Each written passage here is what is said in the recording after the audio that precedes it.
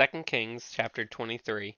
Then the king called together all the elders of Judah and Jerusalem.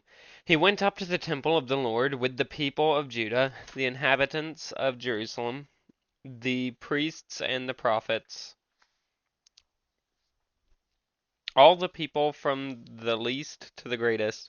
He read in their hearing all the words of the book of the covenant, which had been found in the temple of the Lord.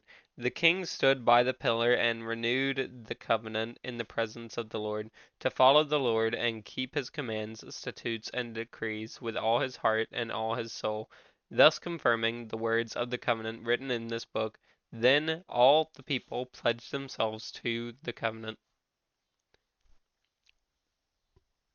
The king ordered Hilkiah the high priest, the priests next in rank, and the doorkeepers to remove from the temple of the Lord all the articles made for Baal and Asherah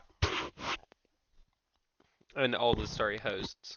He burned them outside Jerusalem in the fields of the Kidron the valley and took the ashes to Bethel. He did away with the idolatrous priests appointed by the kings of Judah to burn incense on the high places of the towns of Judah and on those around Jerusalem. Those who burned incense to Baal, to the sun and moon, to the constellations, and to all the starry hosts. He took the Asherah pole from the temple of the Lord to the Kidron Valley outside Jerusalem and burned it there. He ground it to powder and scattered the dust over the graves of the common people. He also tore down the quarters of the male shrine prostitutes that were in the temple of the Lord, the quarters where women did weaving for Asherah. Josiah brought all the priests from the towns of Judah and desecrated the high places, from Geba to Beersheba, where the priests had burned incense. He broke down the gateway at the entrance of the gate of Joshua, the city governor, which was on the left of the city gate. Although the priests of the high places did not serve at the altar of the Lord in Jerusalem, they ate unleavened bread with their fellow priests. He desecrated Topheth, which was in the valley of Ben Hinnom, so no one could use it to sacrifice their son or daughter in the fire to Molech. He removed from the entrance to the temple of the Lord the horses that the kings of Judah had dedicated to the sun. They were in the court near the room of an official named Nathan-Melech. Josiah then burned the chariots dedicated to the sun. He pulled down the altars the kings of Judah had erected on the roof near the upper room of Ahaz, and the altars Manasseh had built in the two courts of the temple of the Lord. He removed them from there, smashed them to pieces, and threw the rubble into the Kidron Valley.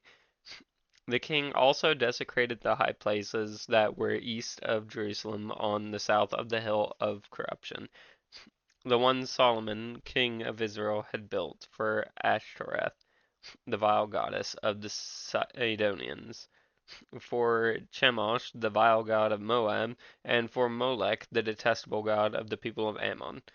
Josiah smashed and scattered, smashed the sacred stones and cut down the Asherah poles that and covered the sites with human bones.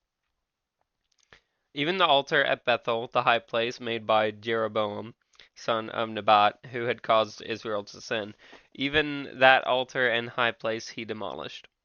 He burned the high place and ground it to powder, and burned the Asherah pole also. Then Josiah looked around, and when he saw the tombs that were there on the hillside, he had the bones removed from them and burned on the altar to defile it, in accordance with the word of the Lord proclaimed by the man of God, who foretold these things. The king asked, "What is that tombstone I see?" The people of the city said, "It marks the tomb of the man of God who came from Judah and pronounced against the altar of Bethel the very things you have done to it."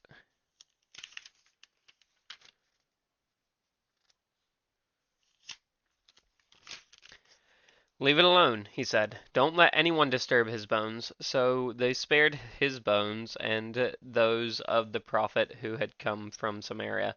Just as he had done at Bethel, Josiah removed all the shrines at the high places that the kings of Israel had built in all the towns of Samaria, and that had aroused the Lord's anger.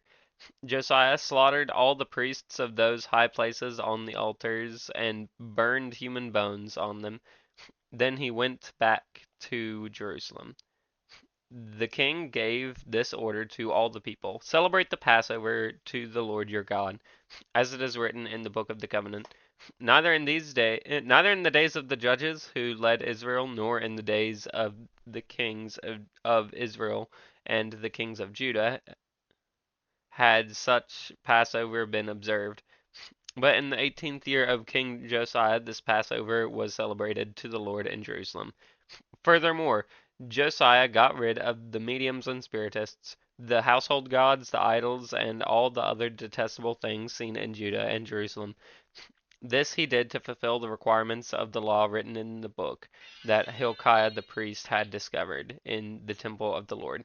Neither before nor after Josiah was there a king like him who turned to the Lord as he did, with all his heart, and with all his soul, and with all his strength, in accordance with the law of Moses.